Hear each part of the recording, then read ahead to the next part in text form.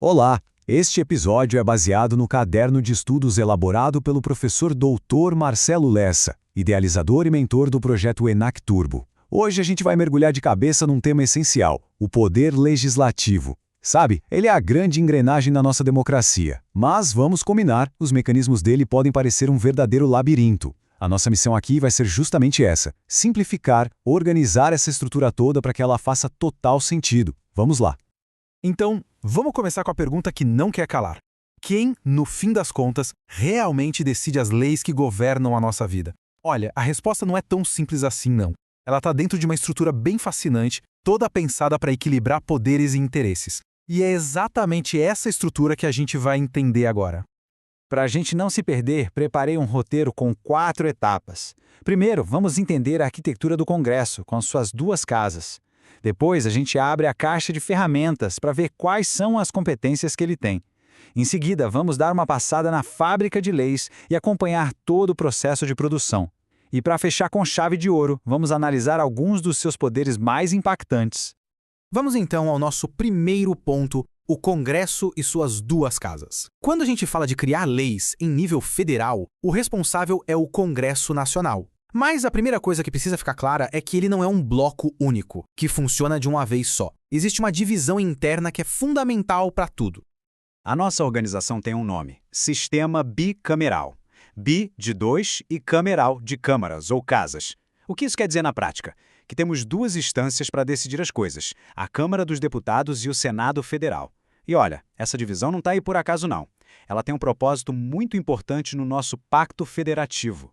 E é aqui que a gente entende a diferença crucial entre as 2 casas. A Câmara dos Deputados, como o nome já diz, representa o povo. Por isso que estados com mais gente têm mais deputados. Já o Senado Federal representa as unidades da federação, dos estados e o Distrito Federal, todos de forma igual. Essa diferença toda, na representação, no jeito de eleger e até no tempo de mandato, cria um sistema de pesos e contrapesos interno que é essencial para o equilíbrio do poder.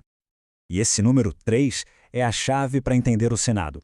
Não importa o tamanho do estado, nem a população, cada estado e também o Distrito Federal elege exatamente 3 senadores. É isso que garante que um estado como Roraima, por exemplo, tem o mesmíssimo poder de representação no Senado que São Paulo. É o puro suco do equilíbrio federativo. Certo. Agora vamos abrir o que eu chamo de arsenal de competências do Congresso. Porque se engana quem pensa que o trabalho deles é só criar leis. Na verdade, o Congresso tem uma caixa de ferramentas poderosíssima para legislar, fiscalizar e decidir os rumos do país. Basicamente, dá para dividir essas competências em 2 grandes grupos. As que estão lá no artigo 48 da Constituição precisam passar pelo ciclo completo, ou seja, no final, dependem da sanção ou do veto do presidente da República. Já as competências exclusivas do artigo 49 são resolvidas ali mesmo, dentro do Congresso. E o instrumento que eles usam para isso é o decreto legislativo. Um exemplo clássico é a aprovação de tratados internacionais. E aqui a gente vê como cada casa tem um papel único e super importante. Pega o caso de um processo de impeachment, por exemplo. A Câmara funciona como um primeiro filtro. Ela precisa autorizar o início do processo. E não é com qualquer votação, não. Precisa de um quórum bem rigoroso de 2/3. Só depois dessa luz verde da Câmara é que o Senado assume a função de, aí sim, processar e julgar. É o sistema de freios e contrapesos funcionando na prática. Ok, agora que a gente já entendeu a estrutura e os poderes, vamos entrar no que podemos chamar de fábrica de leis. Afinal, como é que uma simples ideia se transforma numa norma que todo mundo tem que seguir? O processo todo pode ser resumido em 3 grandes fases. Primeiro vem a iniciativa, que é o pontapé inicial de tudo.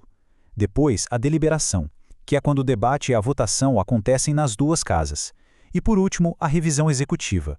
É a hora que o presidente dá a palavra final, aprovando ou rejeitando o projeto. E aqui, olha, atenção máxima, porque isso é tema certo de prova. É o tipo de coisa que a FGV adora. Nem toda lei tem o mesmo peso para ser aprovada. A dificuldade vai aumentando conforme a importância da norma. Uma lei ordinária para coisas do dia a dia passa com a maioria de quem estiver presente na votação. Já uma lei complementar que detalha um trecho da Constituição exige mais, a maioria absoluta de todos os parlamentares. Agora, para alterar a própria Constituição com uma PEC, aí o sarrafo vai lá para o alto. Precisa de 3/5 dos votos em 2 turnos de votação em cada uma das casas, é bem mais difícil. Depois de toda essa jornada no Congresso, a bola vai para o presidente. Ele tem um prazo, 15 dias úteis. Se ele concordar com o projeto, ele sanciona. Se discordar, ele veta. E tem um detalhe importante, que o professor Lessa sempre destaca. Se o prazo passar e o presidente não falar nada, o silêncio é interpretado como uma aprovação. É o que a gente chama de sanção tácita. Para a gente fechar nossa análise, vamos focar em duas ferramentas que são muito poderosas e que, vira e mexe, estão no noticiário. As comissões parlamentares de inquérito, as famosas CPIs e as medidas provisórias. A CPI é, sem dúvida nenhuma, uma das ferramentas de fiscalização mais potentes que o Legislativo tem. Ela é criada para investigar um fato específico e tem prazo para acabar. Mas o mais impressionante é que ela ganha poderes de investigação próprios das autoridades judiciais. Isso é muito poder. Mas, atenção, não é um poder ilimitado, não. Uma CPI pode ir muito fundo na investigação. Ela tem o poder de quebrar sigilos que normalmente são super protegidos, como o bancário e o fiscal. Pode obrigar autoridades e qualquer cidadão a comparecer para depor, e se a pessoa se recusar, pode até mandar levar à força. Mas aqui está o outro lado da moeda, o que a gente chama de reserva de jurisdição. Existem medidas que afetam direitos fundamentais de um jeito muito mais drástico, sabe? Como decretar uma prisão, mandar fazer uma busca na casa de alguém ou autorizar uma escuta telefônica. Essas coisas só um juiz pode determinar. A síntese perfeita é: a CPI investiga, mas quem julga e pune é o judiciário. Guarde isso. Agora vamos para a medida provisória, a MP. Essa aqui é uma ferramenta do presidente da República. Em situações que ele considera de relevância e urgência, ele pode editar um ato que já nasce com força de lei. Mas calma, não é um cheque em branco. A MP precisa ser enviada imediatamente para o Congresso, que vai decidir se ela vira uma lei de verdade ou se perde a validade. E, assim como a CPI, a MP também tem limites bem claros. A própria Constituição proíbe que certos assuntos sejam tratados por medida provisória.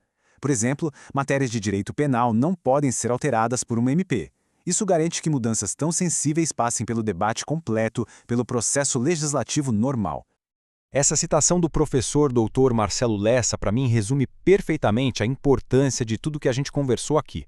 A estabilidade das nossas relações, a previsibilidade das regras, tudo isso depende de um processo legislativo claro e, claro, de uma aplicação correta das normas que saem de lá. E a gente encerra com essa reflexão. Com toda essa complexidade, com todos esses pesos e contrapesos, será que o nosso processo legislativo, do jeito que ele é hoje, garante de verdade a segurança jurídica que a sociedade tanto precisa? É uma ótima questão para se pensar. Este podcast foi produzido a partir do conteúdo do projeto ENAC Turbo, sob autoria e orientação do professor Dr. Marcelo Lessa. Se esse conteúdo ajudou, não esqueça de se inscrever no canal e ativar o sininho das notificações. Assim o YouTube avisa imediatamente assim que o próximo resumo for liberado. Até a próxima!